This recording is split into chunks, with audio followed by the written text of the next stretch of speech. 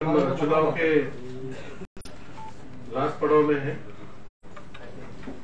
तो कुछ बातें मैं आपके सामने रखूंगा आपके माध्यम से, जो त्रिपुरा के सभी मतदाता है और पॉलिटिकल पार्टीज कैंडिडेट से मैं आपके माध्यम से रखूंगा। पहले वेस्ट बंगाल में एक बीएड की एग्जाम हो रही है, उसमें बाबा साहब अम्बेडकर यूनिवर्सिटी के अंतर्गत हमारे त्रिपुरा के बच्चे बीएड एग्जाम वहां पे जाके देते हैं। तो उसके प्रैक्टिकल एग्जाम्स 10 तारीख से 20 तारीख तक एग्जाम का शेड्यूल है। तो हमने सभी कॉलेजेस और यूनिवर्सिटी के साथ हमने संपर्क किया है, उनको लेटर दिया है और हमारे रिक्वेस्ट के बेसिस पे ये सभी बीएड के एग्जाम जो प्रैक्टिकल में एग्जाम है, ये मेन एग्जाम नहीं है, जो कि उनके कॉलेज में होते हैं, लेकिन एक्सटर्नल एग्जामिनर आता है कॉलेज में, तो कॉलेज को इसकी डेट्स पहले से फिक्स करनी पड़ती है। तो हमने सभी कॉलेजेस के साथ संपर्क किया। वहां पे जो कंट्रोलर ऑफ एग्जामिनेशन है, उन्होंने सभी कॉलेजेस को इंस्ट्रक्शन दिया है कि चीफ इलेक्टोरल ऑफिसर त्रिपुरा के रिक्वेस्ट पे ये सभी प्रैक्टिकल एग्जाम 18 फरवरी के बाद होंगे। 18 फरवरी के बाद होंगे। तो त्रिपुरा में जो भी हमारे स्टूडेंट है, कुछ संख्या है इनकी, और मैंने ऐसा सुना है कि उनके साथ पेरेंट भी जाते हैं, तो चुनाव के समय में उन्हें असुविधा ना हो, इसलिए हमने बाबा साहेब अम्बेडकर यूनिवर्सिटी वेस्ट बंगाल की है, बाबा साहेब अम्बेडकर एजुकेशन यूनिवर्सिटी है, पहले इसका नाम था West Bengal university of teachers training education planning and administration, अभी ये बीएड का कोर्स चलाते हैं। तो उन्होंने इसको परमिशन दी है। तो मैं सभी बीएड के विद्यार्थी और जो उनके पेरेंट्स हैं, मैं उनको रिक्वेस्ट करूंगा कि आपको 18 तारीख के बाद आप एग्जाम दे पाएंगे, इसकी पूरी जिम्मेदारी कंट्रोल ऑफ एग्जामिनेशन उन्होंने ली है। आपको इस एग्जाम के लिए अभी जाने की जरूरत नहीं है। तो अगर आपके पास कोई इसका हॉल टिकट या एडमिट कार्ड है, तो आप उस कॉलेज से, उस प्रिंसिपल से आप कांटेक्ट करिए, उनको ऑलरेडी यूनिवर्सिटी ने इंस्ट्रक्शन दिया है। तो कोई भी स्टूडेंट या पेरेंट ने पैनिक होने की जरूरत नहीं है, घबराने की जरूरत नहीं है। आप 18 फरवरी के बाद आप एग्जाम दे सकते हैं। हमने कल सभी मीडिया में, प्रिंट मीडिया, इलेक्ट्रॉनिक मीडिया में हमने कल इसका नोटिफिकेशन दिया है, और मैं आपके माध्यम से ये संदेश मैं सभी विद्यार्थी और पेरेंट को देना चाहता हूं। 18 तारीख के बाद भी अगर कोई समस्या अगर आपको आए, अगर आप एग्जामिनेशन के लिए जा रहे हैं, तो हम सीओ ऑफिस में हम यहाँ पे कॉल सेंटर ओपन करेंगे, और कंट्रोल ऑफ एग्जामिनेशन ने जिम्मेदारी उनका भी हम आपके साथ संपर्क करके देंगे, ताकि आपको कोई दिक्कत ना आए। 18, 19, 20 ये 3 तारीख में वो एग्जाम लेंगे। मतलब आप यहाँ पे वोटिंग करके आप 17 तारीख को जा सकते हैं, और 18, 19, 20 में आपकी एग्जाम हो सकती है। तो कुछ रिक्वेस्ट आए थे हमारे पास, इसके लिए मैंने आपके माध्यम से ये बात मैंने रख दी। इसके बाद दूसरा है, अभी 16 तारीख को चुनाव है, तो चुनाव के पहले 3 प्रोटोकॉल लगते हैं। एक है 72 आवर्स प्रोटोकॉल, एक 48 आवर्स प्रोटोकॉल और एक 24 आवर्स प्रोटोकॉल। जैसे जिस दिन चुनाव डिक्लेयर हुआ था, मॉडल कोड ऑफ कंडक्ट के लिए भी ये 3 प्रोटोकॉल थे। पहले 24 घंटे का प्रोटोकॉल, बाद में 48 घंटे का प्रोटोकॉल और 72 आवर्स का प्रोटोकॉल। तो ये प्रोटोकॉल कल से 13 तारीख से लागू हो जाएगा। तो इसमें पहला जो होटल्स है या जो गेस्ट हाउसेस है या लॉजेस है या धर्मशाला है या और कम्युनिटी हॉल्स है, जो भी है, जहाँ पे मैरिज हॉल्स है, जहाँ पे लोग रह सकते हैं, हम उनका चेकिंग कल से चालू करेंगे। क्योंकि 48 आवर्स बिफोर जो लोग उस चुनाव क्षेत्र के मतदाता नहीं है वो चुनाव क्षेत्र में रह नहीं सकते। ये चेकिंग हम कल से शुरू करेंगे। त्रिपुरा और मिजोरम, त्रिपुरा और आसाम की जो बॉर्डर है, इंटरस्टेट बॉर्डर के 3 रास्ते हैं हमारे मिजोरम के साथ और 3 रास्ते हैं आसाम के साथ, जो मेन रास्ते हैं उनको सील किया जाएगा। ये कल से सील किया जाएगा। तो तीन और 3 6 रास्ते सील किए जाएंगे।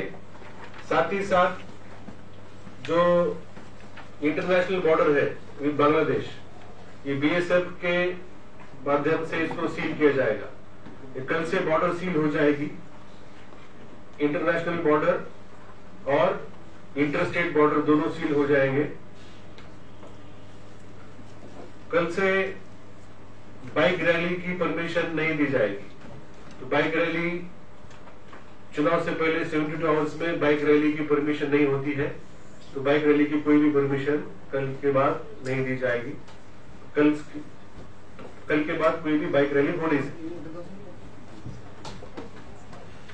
जो भी कैंडिडेट्स है उन्होंने जो खर्चा किया है उसका कल हिसाब किया जाएगा। कल एक लास्ट डेट है, फिर चुनाव के बाद एक हिसाब होता है, उसके बीच में हम उनको डिस्टर्ब नहीं करते। तो कल एक P-3 जो हमारे एक्सपेंडिचर ऑब्जर्वर है वो सभी का हिसाब कल लेंगे। उनको जो चुनाव प्रचार में खर्चा किया है उसका दिया जाएगा। कोई भी कैंडिडेट या उनका एजेंट, अगर उनको कोई वरी लिस्ट है, उनके कोई चिंता है, तो पुलिस स्टेशन के नाम या इलाके के नाम वो रिटर्निंग ऑफिसर को दे सकते हैं कि हमें आशंका है कि इस एरिया में गड़बड़ी हो सकती है, उस एरिया में हिंसा हो सकती है, उस एरिया में और कुछ हो सकता है। तो वरी लिस्ट जो वो सभी कैंडिडेट्स को दे सकते, कैंडिडेट्स एजेंट्स उनके दे सकते हैं। तो मैं सभी से रिक्वेस्ट करूंगा कि आप आपकी वरी लिस्ट आप दे दीजिए। हमने जो 2 दिन पहले पॉलिटिकल पार्टी मीटिंग की थी उसमें भी हमने ये मैसेज उनको दिया था। जो फ्लाइंग स्क्वाड है और जो स्टैटिक सर्विलेंस टीम है उनको और मजबूत किया जाएगा, क्योंकि 72 आवर्स में और भी हम लोग चौकसी बढ़ा देंगे।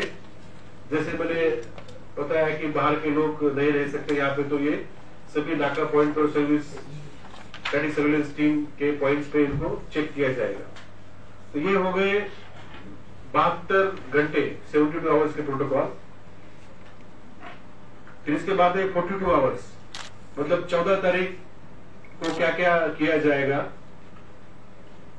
तो 14 तारीख में आप जानते हैं कि 14 तारीख 4 बजे के बाद कोई भी प्रकार का कैंपेनिंग नहीं हो सकता, कोई भी लाउड स्पीकर का यूज नहीं हो सकता, कोई बैनर या फ्लैग या कोई सिंबल लेके प्रचार नहीं हो सकता। तो ये सभी प्रकार का प्रचार 14 तारीख को 4 बजे के बाद बंद हो जाएगा। और 14 तारीख को 4 बजे के बाद जो बाहर के व्यक्ति है, जो हम चेकिंग कल से शुरू करेंगे, तो उनको 14 तारीख 4 बजे के से पहले उनको असेंबली एरिया जिसमें उनका वोटर नाम नहीं है उनको छोड़ना पड़ेगा। उसमें कुछ एक्सेप्शन है।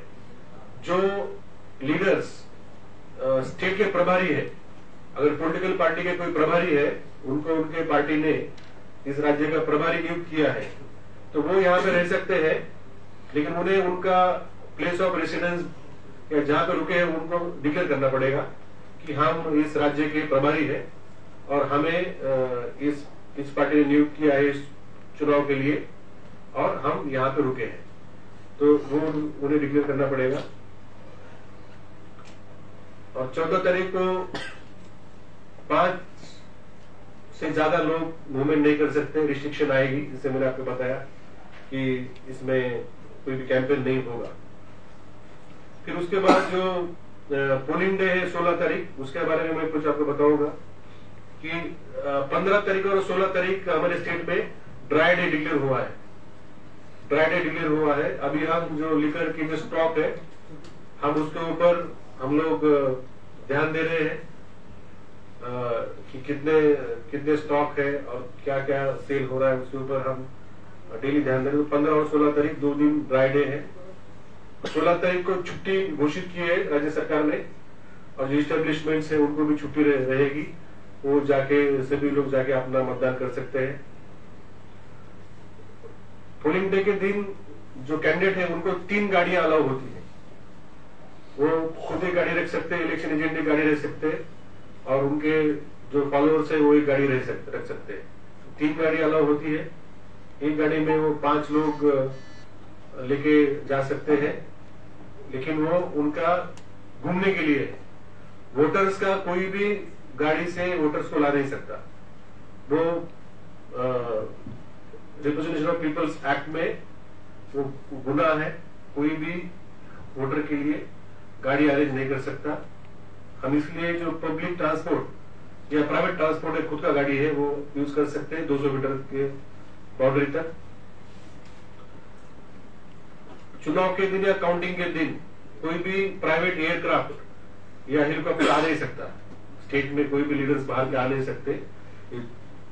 चुनाव के दिन नहीं आ सकते और काउंटिंग के दिन नहीं आ सकते। इसके ऊपर भी बंधन है। 200 मीटर के अंदर मोबाइल फोन या वोटर छोड़ के और किसी को एंट्री नहीं है।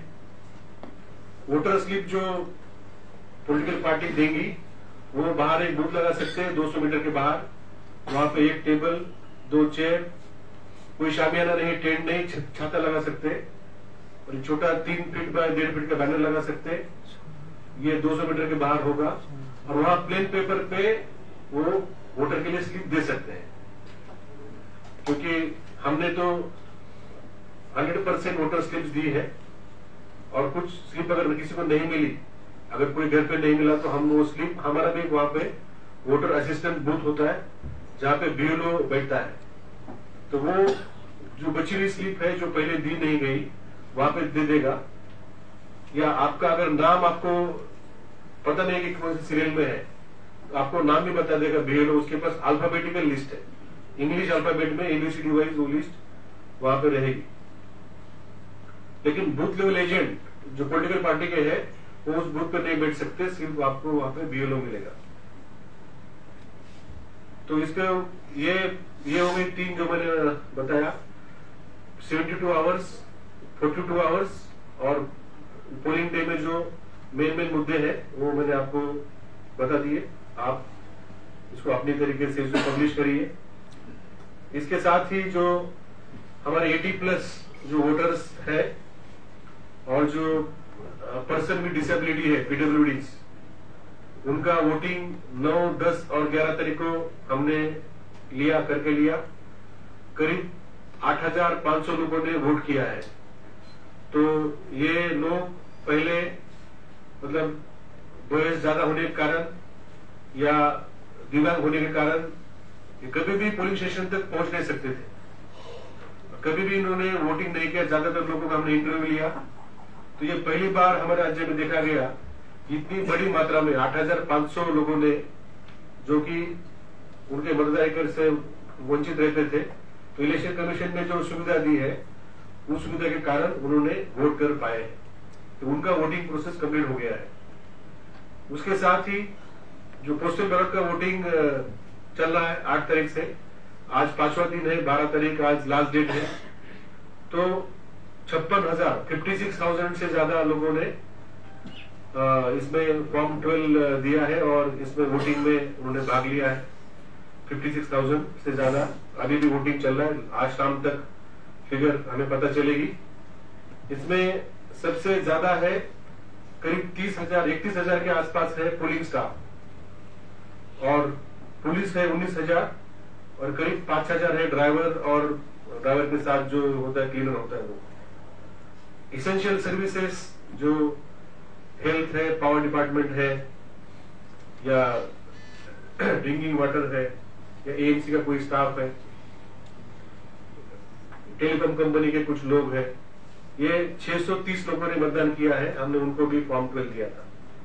तो कुल मिला के करीब 65,000 पोस्टल बैलेट का व्यवहार हुआ है पिछले 4-5 दिन से। उन्होंने मतदान की प्रक्रिया पूर्ण की है। अभी हमने आपको एक लीफलेट दिया है, इसमें हमने सभी वोटर्स को अपील किया है, तो आपको ये मिल जाएगा। इसका सॉफ्ट कॉपी हम लोग आपको ग्रुप में दे देंगे। ये 2 पेज का है। इसमें हमने सभी त्रिपुरा के जो वोटर्स हैं उनको हमने अपील किया है कि आप 16 तारीख सुबह 7 बजे से लेकर 4 बजे तक आप बड़ी संख्या में आप सामने आके वोट करिए, निश्चिंत होकर वोट करिए, निर्भय होकर वोट करिए।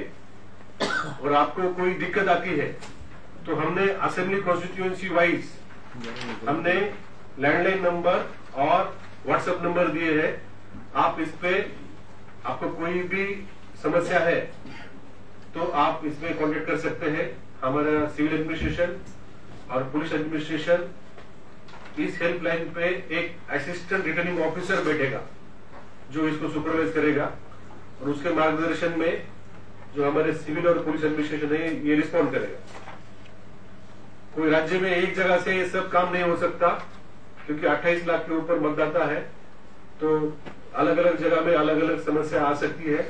तो इसको लोकल लेवल पे मैनेजमेंट करने के लिए हमने ये व्यवस्था की है।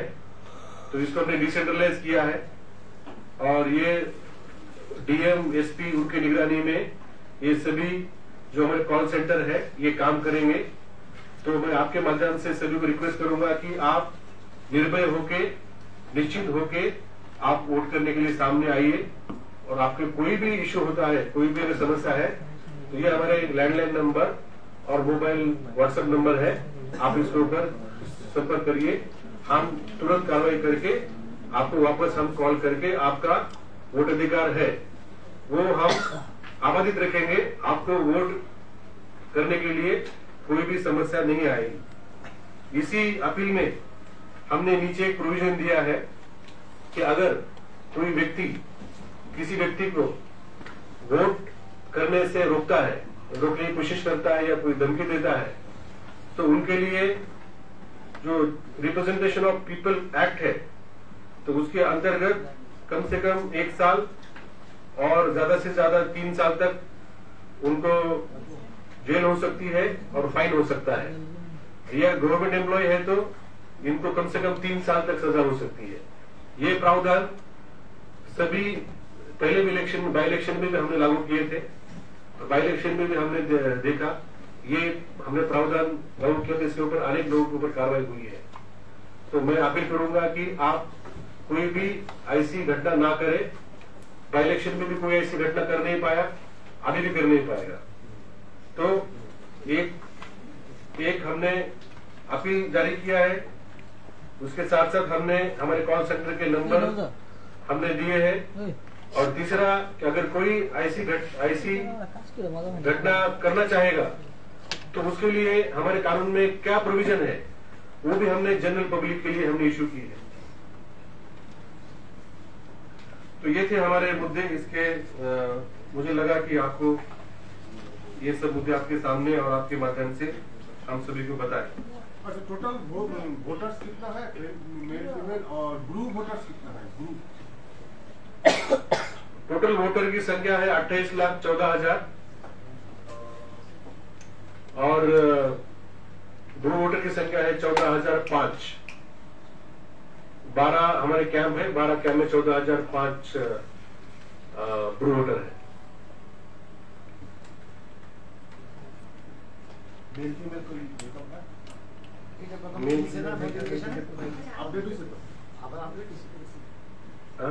প্রথম যেটা দেওয়া হলো তারপর কি আবার আপডেট হলো? 1100 वोटर ऐड हो गए 5 तारीख के बाद।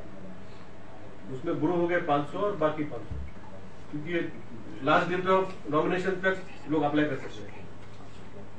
तो हमने आपको 28,13,000 दिया होगा 5 तारीख को। 14 हो गया, अब 14,000 हो गया।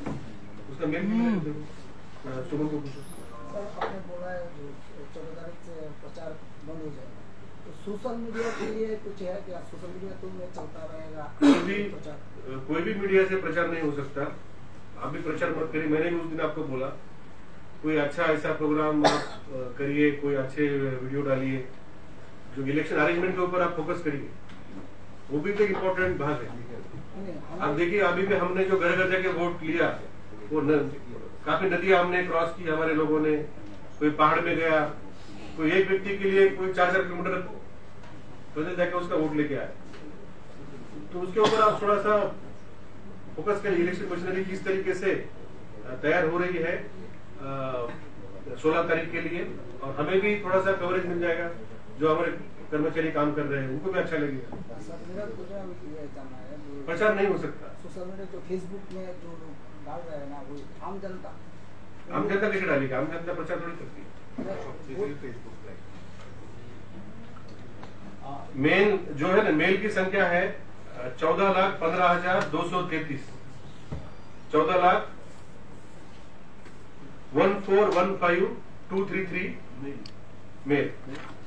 फीमेल है 13,99,289 और थर्ड जेंडर है 62। तो टोटल है 28,14,584, 28,14,584 वोटर्स। तो इसमें से जो अभी मैंने बताया करीब 64,000 लोगों ने ऑलरेडी वोट किया है, जो हमारे पोस्टल बैलट के लाभार्थी है, उन्होंने ऑलरेडी ভোট किया। স্যার, পোস্টাল ব্যালট নিয়ে কিছু সমস্যার কথা শোনা যাচ্ছিল, অনেকে ভোট দিতে পারেননি, পোস্টাল ব্যালট সময় মতো পৌঁছেনি, এই নিয়ে কি ব্যবস্থা হয়েছে? এক। 2 নম্বর, 2018 সালে ভোটে কত পিবি ছিল? एक जो हमने 8 तारीख को जो पोस्टल बैलट का वोटिंग ओपन किया, स्वाभाविक है कि बहुत सारे लोग उसमें पहले दिन ही वोटिंग के लिए आए थे। तो वोटिंग में हमने देखा शिशु बिहार स्कूल में बहुत भीड़ थी, मैं भी वहां जाके आया था। तो हमने उस दिन, क्योंकि असेंबली वाइज वहां पे हमारे बंच होते हैं, कोई भी अंदर जाता है तो उसको वो पैकेट ढूंढ के उसको देना पड़ता है, फिर वो पैकेट ओपन करके मतदान करके बाहर आता है। तो ये जो सॉर्टिंग करने का जो टाइम लगता है, उसके कारण उसमें काफी देर हुआ। लेकिन हमने शाम को 8 बजे तक उस दिन हमने सेंटर ओपन रखा था, और उस दिन जितने लोग आए थे सबने वोट किया। फिर धीरे धीरे 9 तारीख, 10 तारीख, 11 तारीख ये भीड़ कम हो गई। आज आप वहां जाइए, आपको वहां 200 दिन से लोग भी नहीं मिलेंगे। तो हमने इसलिए 5 दिन के लिए हमने ये ओपन रखा ताकि सभी लोग इसमें वोट करे। अगर समझो कोई चुनाव कर्मी है, कोई समझो पोलिंग स्टाफ है, लेकिन वो किसी कारण फॉर्म 12 अप्लाई नहीं कर पाया, या फॉर्म 12 उसने लेट अप्लाई किया, या समझो पोस्टल बैलट में वो वोट नहीं कर पाया, क्योंकि आज हमारा लास्ट डे है। अगर समझो कल अचानक किसी को अपॉइंट करना पड़ता है एज अ रिप्लेसमेंट, तो हम उनको बाय पोस्ट उनको हम लोग बैलट भेजते हैं, वो बाय पोस्ट वोट करके वापस भेज देते हैं। तो कोई भी चुनाव कर्मी नॉर्मली वोट से वंचित नहीं होता, और हम लोग उसको वंचित नहीं होने देंगे। फेंसिंग এর উপরে কত ভোটার আছে হিসেব আছে? वेस्ट में 150 है, साउथ में 130 है, ऐसे ही 150-200 सभी जिलों में है जहाँ जहाँ फेंसिंग है। फेंसिंग बाहर जगह है। ওয়েস্টে কত বললেন? 150, साउथ है 139। और भी ढलाई में, खोए में होंगे, कम संख्या है। उधर नॉर्थ ढलाई में नहीं है, वेस्ट बॉर्डर पे ही है। नॉर्थ में भी होगा? हाँ, नॉर्थ में उनाकोटी में होगा। সেন্ট্রাল আর্ম পুলিশ ফোর্স ছাড়া কোন কোন স্টেটের পুলিশ নির্বাচনে কাজে লাগাচ্ছেন আপনারা? देखो ये जो है ना, ये जो डिबेट है, ये हम लोगों ने करनी नहीं चाहिए, क्योंकि ये सभी आर्म फोर्सेस है। ये 47 डेज 47 दिनों से यहाँ पे ड्यूटी कर रहे हैं, सभी आर्म फोर्सेस है। जैसे हमारा TSR है, हमारे TSR की 12 बटालियन है। TSR में कुछ बटालियन इंडिया रिजर्व बटालियन है, जिसका खर्चा सेंट्रल गवर्नमेंट वहन करती है। वैसे सभी स्टेट्स में आर्म पुलिस है, ये कोई आसाम पुलिस नहीं है, ये आसाम आर्म पुलिस है, जैसे TSR जैसी पुलिस है, या समझो मणिपुर की है या महाराष्ट्र की है, तो ये सभी फोर्सेस कैपेबल है। जैसे हम बोलते हैं, हम गर्व से बोलते हैं कि त्रिपुरा TSR छत्तीसगढ़ में, दिल्ली में ड्यूटी करती है, उनको वहां सम्मान मिलता है। ऐसे ही ये लोग यहाँ पे आके ड्यूटी कर रहे हैं। और ये सभी मिनिस्ट्री ऑफ होम अफेयर्स ने उनको, जो हमारे IG CRPF है, उनके कमांड में दिया है। इनके ऊपर उनकी कमांड है, उनके ही कर्नल है, उनके ही मेजर है, उनके ही कैप्टन है। तो कोई भी फोर्स में भेदभाव नहीं होता। जो आपने प्रश्न पूछा, तो सेंट्रल के जो फोर्सेस है वो 6 प्रकार के हैं। जैसे CRPF है, बॉर्डर सिक्योरिटी फोर्स है, SSB है, ITBP है, CISF है और रेलवे प्रोटेक्शन फोर्स है। ये 6 प्रकार की सेंटर की फोर्स है। ये भी अलग अलग उद्देश्य के लिए इसको तैयार किया गया है। बॉर्डर सिक्योरिटी फोर्स का उद्देश्य अलग है, रेलवे प्रोटेक्शन फोर्स का उद्देश्य अलग है, या सेंट्रल इंडस्ट्रियल सिक्योरिटी फोर्स का उद्देश्य अलग है। तो ये सभी फोर्स का उद्देश्य अलग होते हुए भी कोई भी चुनाव में जब कोई फोर्स MHA भेजता है, तो कौन से राज्य में अभी चुनाव होने वाला है और इस समय कौन सी फोर्स आसपास है, वो देख के उनको भेजता है। जैसे हमारे TSR है, ये 400 कंपनी में हमारे TSR की 5 कंपनियां हैं। जो आपने प्रश्न पूछा, 17 स्टेट की फोर्स है। कितने? 17 स्टेट की फोर्सेस है। उसमें त्रिपुरा की भी 5 कंपनियां हैं। क्या आप बोल सकते हैं कि त्रिपुरा की जो TSR है वो किसी से कम है?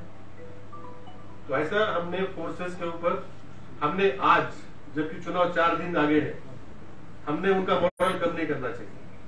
हम इनको लगा उनको मतलब ऐसा नहीं बोलना चाहिए।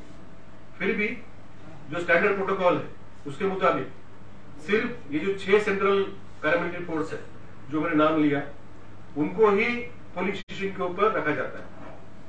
और जो स्टेट फोर्सेस है, जैसे हमारे TSR है और बाकी 17 राज्य की फोर्स है, तो उनको हम लोग एरिया डोमिनेशन में, बाकी फ्लैग मार्च में लगाते हैं।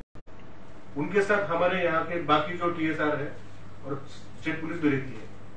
तो फोर्सेस में भेदभाव हमारे देश में कभी नहीं हुआ और कभी नहीं करना चाहिए। और उनका मॉरल इस समय डाउन नहीं करना चाहिए, जब वो 47 दिनों से हमारे यहाँ पे सिंसियरली ड्यूटी कर रहे हैं। उनके ही चलते 32 करोड़ से ज्यादा हमने सीजर किया। उनके ही चलते इतने दिनों तक हमने इतनी सारी घटनाएं प्रिवेंट की, इतने सारे हमने शांतता उन्होंने रखी है। तो जो भी स्टेक होल्डर फोर्सेस के बारे में ये प्रश्न उठा रहे हैं, वो अनफॉर्चुनेट है। ये ऐसा नहीं करना चाहिए। तो विभिन्न पार्टीগুলি দাবি করছে, तो ऐसा नहीं करना चाहिए। मैंने उनको बताया ऐसा नहीं करना चाहिए। सर, 2 दिन पहले एक इंडिपेंडेंट कैंडिडेट रामनगर के उनके एजेंट के साथ कुछ झमेला हुआ। एक्यूज्ड कॉर्पोरेट है अभिषेक दत्तर, तो उनके अगेंस्ट में केस भी हुआ था। उनके अगेंस्ट में किस सेक्शन में केस लिया गया और बेल किस? पुलिस से जानकारी लेके हम बोले, हमें ये पता है कि उनको अरेस्ट हुआ था। तो मैं देखता हूँ कौन सा सेक्शन में, क्योंकि उनके अगेंस्ट में आर्म्स दिखा के धमकी देने का एलिगेशन है। वो तो सीरियस केस है, फिर भी उनको बेल मिल गया। मैं चेक करता हूँ। স্যার, কিছু জায়গার মধ্যে প্রার্থীদের উপর হামলা হচ্ছে, যেমন বিশালগড় হলো, সোনামুড়া হলো, গোলাঘাটিতে হলো, রিপিটেডলি হচ্ছে। কমিশন চেষ্টা করছে জিরো ভায়োলেন্স ভোটের জন্য, কিন্তু যারা গুন্ডারা আছে ওরা কমিশনকে চ্যালেঞ্জ করছে। কি ব্যবস্থা নেওয়া হবে? मैं आपके माध्यम से सभी जो कैंडिडेट्स है और इलेक्शन एजेंट को मैं रिक्वेस्ट करूंगा कि हमने आपको PSO दिए हैं, आप बिना PSO को के मत चलिए। दूसरा, हमने आपके सेफ्टी के लिए रिक्वेस्ट किया है कि जब भी आप बाहर जाएंगे तो हमारे जो OC है उनको प्रोग्राम देके जाइए। हम आपको शैडो करेंगे। बहुत सारे कैंडिडेट्स को हम लोग बफर कर रहे हैं, उनको पेरिफेरल सिक्योरिटी दे रहे हैं। हम सभी के एस्कॉर्ट तो नहीं दे सकते, लेकिन हम उनको एरिया जो जिस एरिया में जा रहे हैं वहां पे सिक्योरिटी दे रहे हैं। जो चारेलाम के जो कैंडिडेट्स थे, जो कल एक एरिया में गए थे जहां पे वो अपने प्राइवेट फंक्शन में गए थे, अपने बच्चे घर गए थे, लेकिन हमें बिना बताए गए और किसी ने दूर से पत्थर मारा, जो उनके कार की ग्लास टूट गई और जो उनके आर्म पे उनको जख्म हुआ है। तो हमने उसके ऊपर कार्रवाई की है। लेकिन मेरा सबसे अनुरोध है कि आपका जो प्रोग्राम है, कैंपेन हो या कोई आपका दौरा हो, वो हमें बताइए, हम आपको और अच्छी तरीके से सिक्योरिटी दे पाएंगे। ये अभी चुनाव में जबकि बहुत ही क्लोज कैंपेन चल रहा है, इंटेंसिव कैंपेन चल रहा है, इसमें ये जरूरी है और ये हम कर रहे हैं। तो जो भी घटनाएं हुई है, 2-3 घटनाएं पिछले 7 दिनों में हमारे कैंडिडेट लेके, तब हमें कोई प्रोग्राम नहीं दिया गया और इसलिए हम उनको शारो नहीं कर पाए। सर, इस घटना से पता चलता है कि moral of the goods is in the high, तो उसको क्रैक करने के लिए क्या कार्रवाई करेगी? जो भी कार्रवाई करनी चाहिए हम लोग पूरी कार्रवाई कर रहे हैं। कुछ सावधानी भी उनको बरतनी पड़ेगी, कैंडिडेट्स को भी सावधान रहना पड़ेगा। पीएसओ इसलिए हमने उनको दिया है। और हमारे साथ आपका प्रोग्राम शेयर करिए, वो करने से कुछ नहीं होगा, क्योंकि फील्ड में सफिशिएंट फोर्सेस है और अगर हमें प्रोग्राम पता चले तो आपको कोई दिक्कत नहीं, आप बिंदास ना प्रचार कर सकते हैं। Sir, there is large number of seizures, so seizures of drugs also, any kingpin arrested? We have nabbed some people. हमने हीरोइन हो या जवा टैबलेट हो या बहुत बड़ी मात्रा में गांजा का पुराना स्टॉक भी मिला है, तो ये सब में कुछ लोग अरेस्ट किया है। उसका पुलिस और डीआरआई और बाकी लोग काम कर रहे हैं, जरूर उसका जो किंगपिन है मिलेगा। कल भी हमने देखा अगरतला में बॉर्डर गोल चक्कर में बॉम्ब मिला है, तो जो एफएसटी एसएसटी काम कर रही है, तो उनकी सतर्कता के कारण ही मिला है। तो आप इससे अनुमान कर सकते हैं कितनी घटना हम लोग प्रिवेंट कर पाए। लेकिन अभी जो आने वाला 72 घंटे का समय है, वो सबसे इम्पोर्टेंट और सबसे क्रिटिकल समय है। इसलिए मैंने जो आपको जो आज मुद्दे बताए हैं, वो आप प्रोमिनेंटली इसको छापिए, ताकि सभी पब्लिक को, सभी कैंडिडेट्स को, कार्यकर्ताओं को इसकी जानकारी रहे कि 72 घंटों में क्या क्या प्रोटोकॉल होता है और क्या क्या प्रोटोकॉल फॉलो करना पड़ता है। अगर हमने ये प्रोटोकॉल फॉलो किया तो हम बहुत सारी घटनाएं आने वाले 72 घंटों में भी हम लोग प्रिवेंट कर सकते हैं। কালকে বাগমাতে বিধায়কের উপস্থিতিতে একটা প্রচার সভায় একজন বলছেন যে ভোটাররা যাকে ভোট দেবে ওনারা জেনে যাবেন যে আধার লিঙ্ক বা ভোটার আইডি কার্ডের লিঙ্ক রয়েছে। সরাসরি ওই জায়গাতে তিনি নির্বাচন কমিশনকে চ্যালেঞ্জ ছুড়ে দিয়েছেন এবং অনেকটা হুঁশিয়ারিও দিয়েছেন। এটা নিয়ে নির্বাচন কমিশন কি ধরনের ব্যবস্থাপনা গ্রহণ করেছে? आज हमने सुबह हमने देखा कि जो डीएम है गोमती के, उन्होंने ये जो पोस्ट आई थी सोशल मीडिया में, उसको उन्होंने जवाब दिया है कि ऐसा जो लिंक है, जो आधार लिंक जो इपिक है, वो उसका कारण है सिर्फ आइडेंटिटी स्टैब्लिश करना। उसका मकसद किसने किसको वोट दिया ये नहीं है, ये पता भी नहीं चलता, क्योंकि ईवीएम कोई भी समय किसी भी नेटवर्क का भाग नहीं होता। कोई भी समय ईवीएम, चाहे हम जब उसका निर्माण करते हैं, चाहे ईवीएम हम लोग 2-3 पार्ट उसमें बीयू, सीयू, वीवीपैट जोड़ते हैं, तब भी या रिपेयर भी करते हैं, या काउंटिंग करते हैं, पोलिंग करते हैं, कोई भी समय ईवीएम कोई भी नेटवर्क का भाग नहीं होती। जैसे हम लोग हमारा नेटवर्क हम लोग सेल से या वाईफाई से जोड़ते हैं नेटवर्क को, वैसे ईवीएम कभी भी कोई डेटाबेस से जुड़ता नहीं। उन्होंने उसका खंडन किया है और जो उन्होंने एक बदनाम कारक उन्होंने वक्तव्य दिया है, उसके ऊपर भी कार्रवाई हो रही है। जो उन्होंने ईवीएम की और कमीशन की बदनामी करने की कोशिश की है, उसके ऊपर उनकी कार्रवाई हो रही है। পুলিশি কার্যকরী হবে। আচ্ছা, এখনো পর্যন্ত রাজনৈতিক দলগুলোর তরফ থেকে কতটা কমপ্লেইন পেয়েছেন আপনারা আর কতটা কার্যকরী হয়েছে? We have issued more than 2600 complaints on CVG, 2600 के ऊपर मिले हैं। हमारे ऑफिस में जो सीओ ऑफिस है, हमारे यहाँ पे 350 से ज्यादा लिखित कंप्लेंट मिले हैं, और वही इतनी क्या इससे भी ज्यादा संख्या होगी जिलों में और नीचे आरओ के ऑफिस में। लेकिन मैं आपको बताना चाहूंगा कि हमने 99% पे हमने काम किया है। पिछले 1-2 दिनों में या कल शाम को जो मिली उसके ऊपर काम चालू होगा।